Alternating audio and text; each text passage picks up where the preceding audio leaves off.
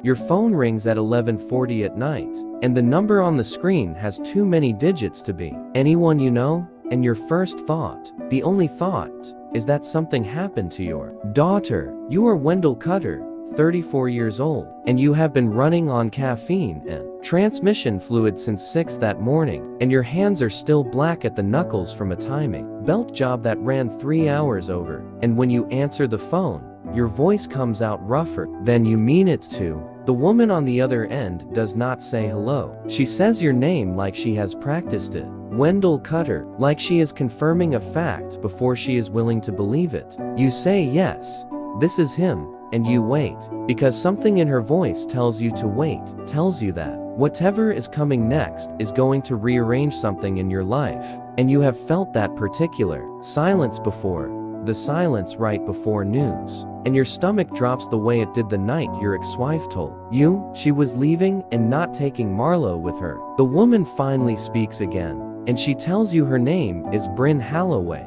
and that name means nothing to you, not yet. And she says she is calling about her mother, and you still do not understand, because you do not know anyone's mother who would have a reason to call you at midnight, until she says 4 words that make the garage around you go very quiet. Coraline Vance, the blue sedan. And now you remember her. Of course, you remember her. You have thought about her every single day for the last 11 days. And you have wondered more than once if you would ever hear anything about her again.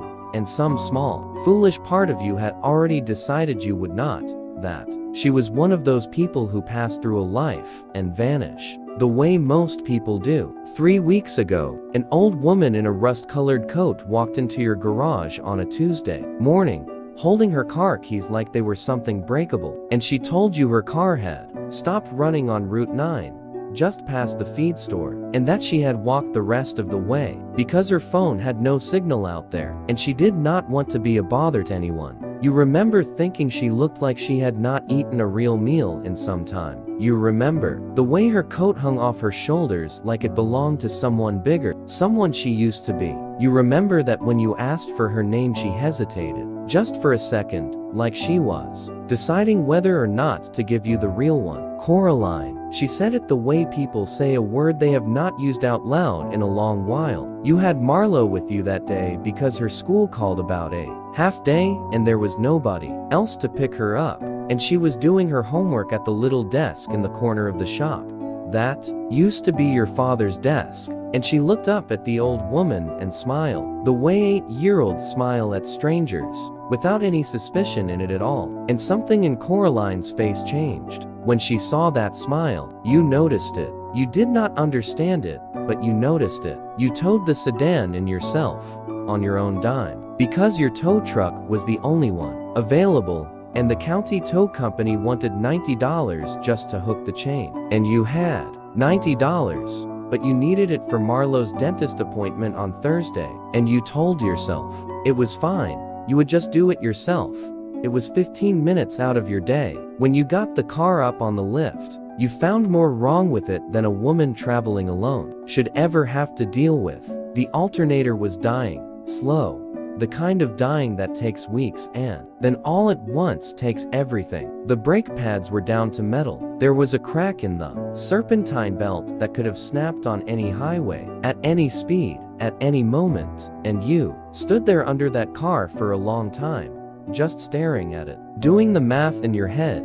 $340 in parts alone, more in labor, and you thought about the coat that hung too loose on her shoulders, and you thought about the way she had counted out exact bus fare from a coin purse, while she waited in your lobby, thinking you could not see her doing it. You did not tell her the total. You told her it was nothing. You told her it was a loose connection, a cheap fix, already handled. Don't worry about it, ma'am. These things happen. She looked at you for a long moment after you said that, longer than the moment called for, and there was something in her eyes that you could not read, something that was not quite gratitude and not quite disbelief, something closer to recognition, like she was looking at a face she had been searching for. She asked your name again, even though you had already told her once, and she asked you to say it slower.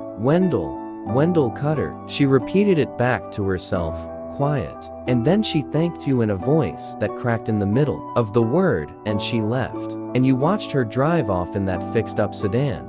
And you told yourself you would probably never see her again. And you went back to work because you had 4 more cars on the lot and a daughter who needed dinner. That was 11 days ago. And now this woman, this Bryn Halloway, on your phone at midnight. And her voice has the particular flatness of someone holding herself together by force. And she tells you that her mother passed away 4 hours ago, peacefully, in her sleep, at a hospice facility outside of Columbus. You sit down on the stool by the workbench because your legs do not feel like they want to hold you. And you say you are sorry, and you mean it more than the words can carry, because there was something about that woman, something in the way she held herself, that had stayed with you these past 11 days in a way you could not explain. Bryn is quiet for a moment. Then she asks if you knew who her mother was. You say you knew her name was Coraline. That is all you knew. There is a long pause, and then Bryn tells you that her mother built and ran a logistics company out of Columbus for 31 years. A company with her name still on the letterhead.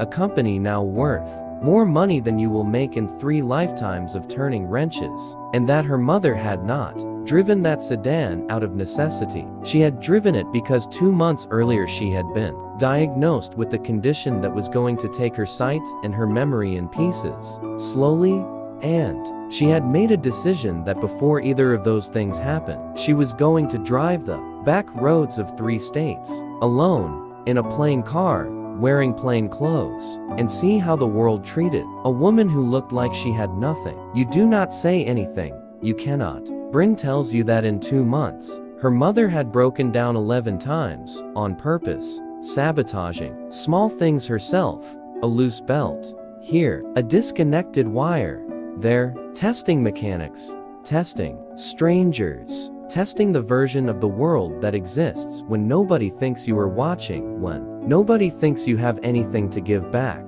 10 times, she paid full price, or was overcharged, or was quietly turned away because her car did not look worth the trouble. 10 times, people saw the coat and the coin purse and made a decision about her before she ever said a word. You were the 11th.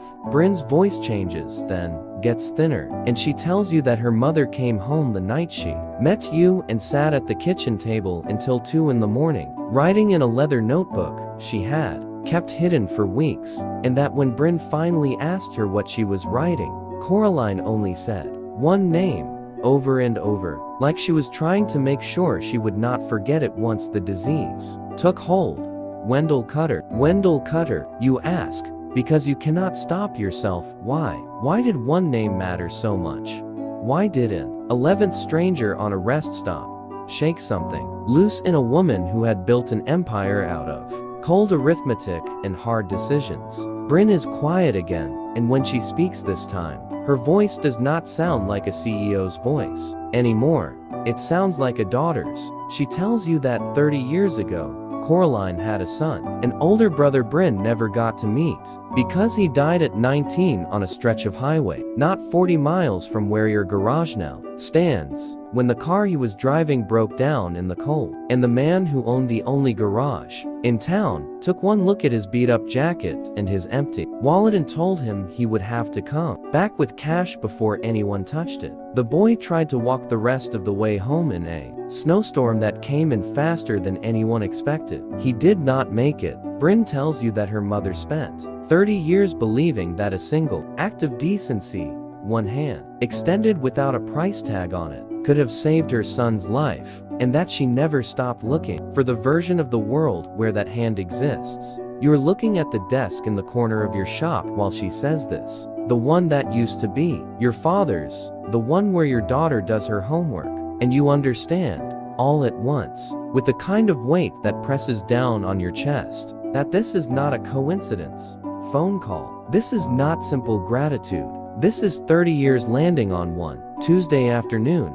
Bryn tells you that, in her mother's will, finalized and notarized 9 days ago, the day after she left your shop, there is a clause. The building that housed your garage, the land beneath it, the building your father lost to the bank 14 years ago in the same slow collapse that took your childhood, home, and put a hardness in your hands that has never fully left, has been quietly purchased back over the last 2 years by Coraline's company under a name that meant nothing to you. Bryn tells you that the deed, free and clear, along with a fund for your daughter's education that will not run dry before she is 30, now belongs to you, effective immediately, with one condition attached, a condition her mother wrote in her own hand at the bottom of the page in ink that had begun to shake.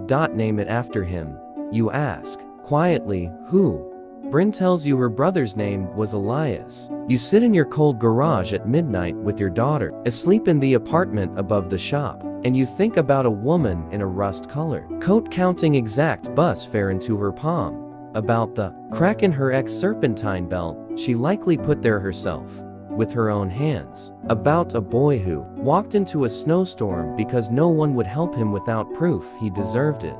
And you understand that kindness is never really free, that it always costs someone something, and that the only question that matters is who ends up paying. You tell Bryn you will do it. You tell her you do not know how to thank a person who is no longer here to hear it. She tells you her mother already knew. That was the whole point. She did not need you to know who she was, because she needed to find out who you were when you thought nobody was watching at all. 3 months later, there is a new sign above the garage, hand-painted, because you wanted to paint it yourself, and it reads Elias's Garage in simple black letters, and underneath it, smaller, a line Bryn asked you to add. One Coraline had written in that leather notebook. The night she came home and could not stop saying your name. The world remembers what it costs to look away, and it remembers, longer, what it costs to stay. Your daughter helps you sweep the floor that evening, the same corner where the old desk still sits, and she asks you why you are smiling like that, and you tell her you are not sure you can explain it yet, but you will, someday, when she is old enough to understand that the smallest thing you ever do for a stranger might be the only thing anyone remembers about you when you are gone. And that somewhere out there, someone is always still counting. You never know whose life you are changing with a small act of kindness. Sometimes it comes back years later in ways you never expected. Subscribe if these stories touch your heart, and I will see you in the next one.